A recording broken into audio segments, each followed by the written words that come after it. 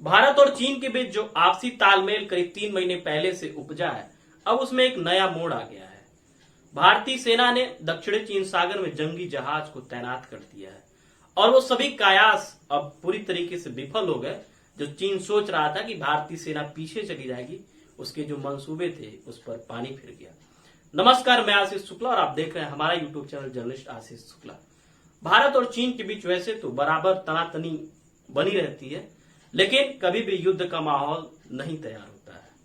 लेकिन बीते 15 और 16 जून की रात के बाद दोनों देशों के बीच, दोनों सेनाओं के बीच ऐसा लग रहा है कि कभी भी युद्ध की स्थिति पनप सकती है। और आप सभी जानते हैं कि दो परमाणु संपन्न देशों के बीच अगर युद्ध होता है तो कहीं ना कहीं तृतीय विश्व युद्ध का आगाज ही माना जाएगा।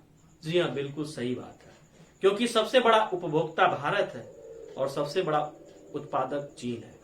ऐसे में भारतीय 15-16 जून के बाद से तमाम करीब 59 ऐप को भारतीय सरकार ने बैन किया और उसका पहल यही है कि चीन के सामानों का बाइकाट किया जाए। और इस पर पूरी तरीके से कह सकते हैं कि भारतीय जो लोग हैं उन्होंने भी बढ़ चढ़कर हिस्सा लिया और जहां तक हो सकता है उन्होंने भारतीय चीनी सामानों का बहिष्कार शुरू कर दिया है। ऐसे में चीन की बौखलाहट स्वाभाविक सी बात है। आप सभी को पता होगा कि 5 मई से ही गलवान क्षेत्र में भारत और चीन के बीच जो तनातनी का माहौल बराबर बना हुआ है।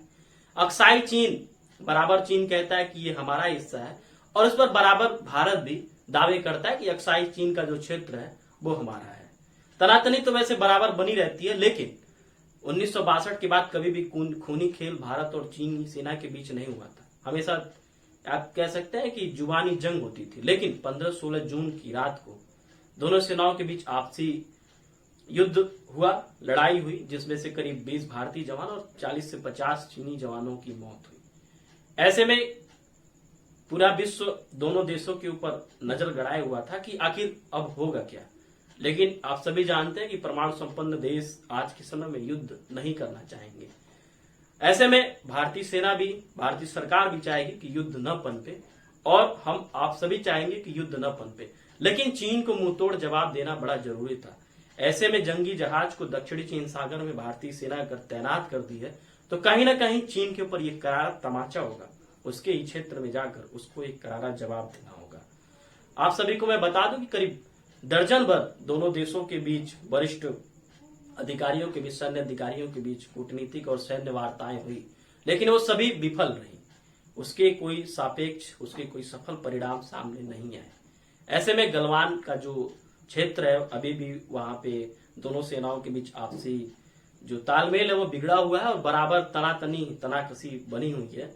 न तो चीनी सेना पीछे जाने को तैयार है और न ही भारतीय सेना वहां से हटने के लिए तैयार है। मैं आपको बता दूं कि 1996 में एलएसी के पास, वास्तविक नियंत्रण रेखा के क्षेत्र में एक समझौता हुआ था कि एलएसी के पास दोनों देश अपने युद्ध पोतक को जमा नहीं करेंगे। लेकिन आज की स्थिति यह है कि दोनों देश एलएसी के पास अपने युद्ध पोतकों को जमा कर चुके हैं और कहीं ना कहीं दोनों देशों को ये अंदेशा है कि युद्ध की स्थिति कभी भी छिड़ सकती है। तो पूरी तरीके से मुस्तैदी दोनों सेनाओं की तरफ से बना हुआ बरकरार है। भारतीय थल सेना, जल सेना, हर सेनाएं पूरी तरीके से मुस्तैद है कि हम चीन का करारा जवाब देंगे, उनको मुंहतोड़ जवाब जरूर देंगे। ऐसे में सरकार का यह फैसला कहीं ना कहीं बहुत सराहनीय है कि जो बीते कुछ महीनों पहले 59 चीनी ऐप को बैन किया गया, पूरी तरीके से भारतीय जो लोग हैं उन्होंने भी चाइना बाइकाट करना शुरू कर दिया। ऐसे में चीन की जो अर्थव्यवस्था है उसको एक बहुत बड़ा करारा तमाचा लगा है। तो शी जिनपिंग का बौखलाहट स्वाभाविक सी बात है, क्योंकि आपको मैं बता दूं कि चीन का बहुत बड़ा बाजार जो है वो भारत है, बहुत बड़ा उपभोक्ता है और चीन आज के समय में बहुत बड़ा दुनिया का उत्पादक देश है। और ये भी कहा जा रहा है कि कोविड के खत्म होने के बाद जब स्थितियां सामान्य होंगी तो जो विश्व के तमाम ऐसी कंपनियां हैं जो चीन में इस समय स्थित हैं वो उठ के भारत में आ जाएंगी। तो ऐसे में चीन की जो अर्थव्यवस्था है वो और कमजोर होगी। भारत की जो कूटनीतिक चाल है, जो कूटनीतिक रणनीति है, जो सूझबूझ है, वो कहीं ना कहीं चीन को पूरी तरीके से तबाह करके रख देगा। और जंगी जहाज दक्षिणी चीन सागर में तैनाती के बाद से तो ये आप बिल्कुल कह सकते हैं कि शी जिनपिंग की जो बौखलाहट है वो और बढ़ जाएगी। भारतीय सेना का चीन को मुंहतोड़ जवाब देना कहीं ना कहीं चीन के लिए बहुत बड़ा एक चिंता का विषय है, क्योंकि अर्थव्यवस्था के साथ साथ चीन की जो सामरिक नीति है वो कहीं ना कहीं वैश्विक स्तर पर उसको एक बहुत बड़ा गहरा आघात लगा है। मैं आपको बता दूं कि कोविड में चीन का पूरी तरीके से हाथ है। इसको लेकर अमेरिका बराबर चीन के ऊपर चढ़ाई करने के लिए बेताब है और कोविड के खत्म होने के बाद से आप पूरी तरीके से निश्चिंत रहिए कि अमेरिका चीन को मुंहतोड़ जवाब जरूर देगा। ऐसे में चीन की जो हड़बड़ाहट है, जो उसकी बौखलाहट है, वो स्वाभाविक है, क्योंकि चीन चाह रहा था कि भारत उसका साथ देगा और जो कोविड के ऊपर तमाम तरीके से ये विचार आ रहे हैं कि पूरी तरीके से कोरोना वायरस को चीन ने ही अपनी लैब में उपजाया है, उसको लेकर चीन जो बयान देगा कि नहीं ये हमारे वहां से नहीं उपजा है, उसमें भारत इसका साथ देगा। लेकिन भारत ने उसका मुंहतोड़ जवाब देना शुरू कर दिया तो चीन की बौखलाहट होना उसकी बौखलाहट होना स्वाभाविक सी बात है। ऐसे में जंगी जहाज कहीं ना कहीं चीन को एक और करारा तमाचा है और आने वाले समय में चीन ये जान रहा है कि हम एक कदम आगे चलेंगे तो भारतीय सेना 10 कदम हमारे सीमा में घुसकर हमारे सैनिकों को नुकसान पहुंचा के हमारा अतिक्रमण करेगी।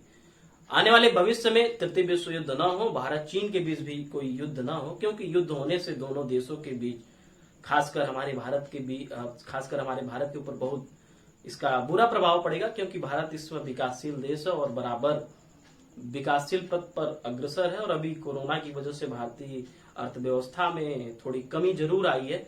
लेकिन अगर युद्ध होता है तो कहीं ना कहीं भारत को इसका बुरा खामियाजा भुगतना पड़ सकता है। चीन को तो भुगतना पड़ेगा ही और चीन भुगतना शुरू कर दिया, लेकिन भारत भी इससे बेअसर नहीं रहेगा। भारत के भी ऊपर इसका बुरा असर पड़ेगा। तो ऐसे में हम पूरे देशवासी यही चाहेंगे कि भारत और चीन के बीच युद्ध ना हो, लेकिन कूटनीतिक जो सूझबूझ है वो कहीं ना कहीं भारतीय सेना की, भारतीय सरकार की सूझबूझ की है और इससे चीन पूरी तरीके से तबाह और टूट चुका है। ऐसे ही खबरों को देखने के लिए हमारे चैनल को सब्सक्राइब कर लें और अगर अभी तक बेल आइकन नहीं दबाया तो बेल आइकन भी जरूर दबाएं। फिर मिलेंगे एक नए विचार के साथ, एक नए मुद्दे के साथ। तब तक के लिए इजाजत दीजिए। धन्यवाद। जय हिंद, जय भारत।